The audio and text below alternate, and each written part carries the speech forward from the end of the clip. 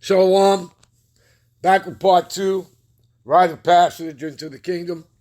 All right. I believe we just read Second Ezra 15 and 14, woe, which means destruction to the world and them that dwell therein. Right. For the devil has come down unto you having great wrath. I took you to that precept, Revelations 12 and 12. All right. So we're up to 15.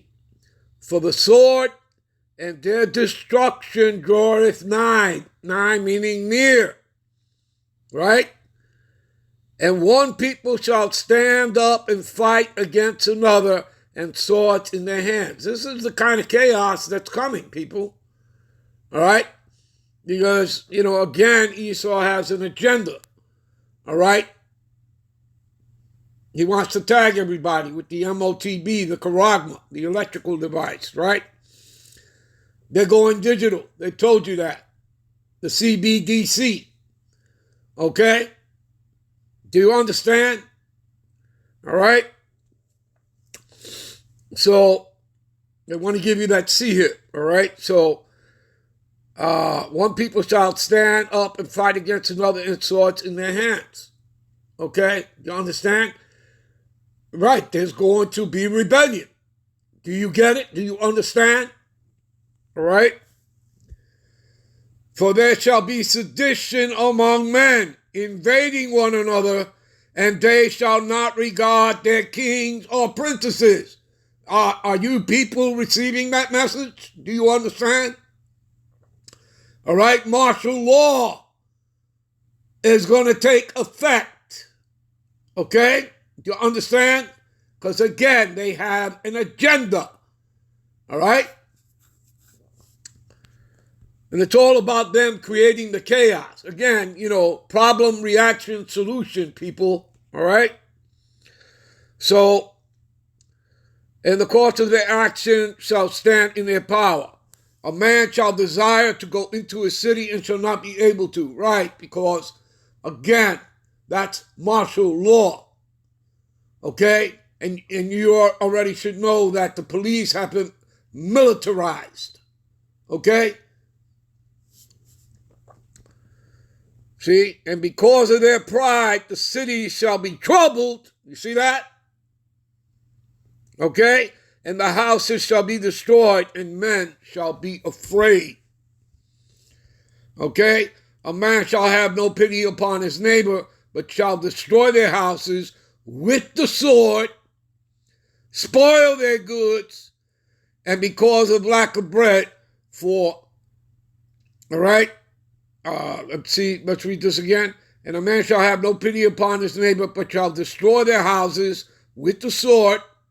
Modern day sword is a gun, people. All right? And spoil, right? Rob their goods because of the lack of bread and for great tribulation. You see that? Tribulation as in Jacob's trouble. Do you understand, people? All right? All right, give me a minute. This is Acts 14:22, confirming the souls of the disciples and exhorting them to continue in the faith. All right? And that's what's going to get you through the tribulation, is your faith. Okay? You understand that, people? And what builds your faith? The scriptures. Do you understand that? All right?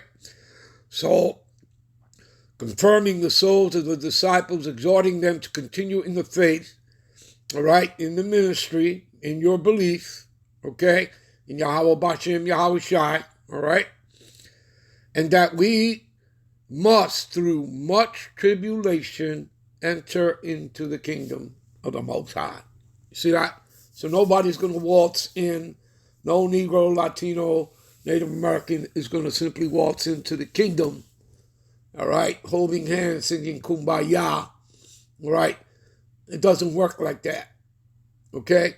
You're going to be tested. This is a test from the Lord, okay? Give me a minute. This is Matthew 7:13 and 14. Enter ye Israelites, right, in at the straight gate. So the Lord is warning you to go through the straight gate, which means a degree of difficulty when you go into the word straight. All right? For wide is the gate, and broad is the way that leadeth to destruction. Are you all listening to that?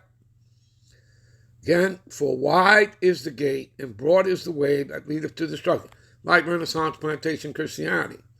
Anything outside of what the scriptures say, any kind of philosophy or doctrine, you're being led to destruction. You understand? All right? So you shouldn't be following man.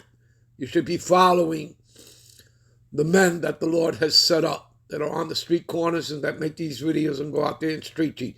We've been warning you, starting with our elders on down. All right? So it leadeth to destruction, and many there be that go in thereat. You see? So, verse 14, because straight is the gate, right? And he warned you to go through the straight gate. And narrow is the way, so it's a narrow passage, the way into the kingdom, okay? Which leadeth unto life, right?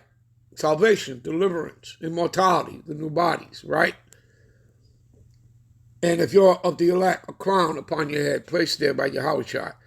And few there be that find it. And again, people, anyone who tries to save their life, like accepting and bowing down to take the Karama, you're going to lose it. All right? And it clearly tells you that, Revelations 14, 9 and 10.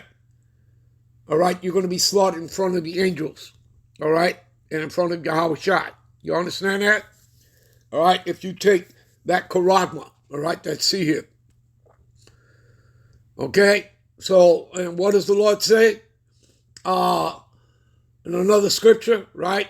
Fear not them that kill the body, but rather fear him, Yahweh Bashim Yahushua, who killed both body and soul. We'll be right back with part 3. Shalom.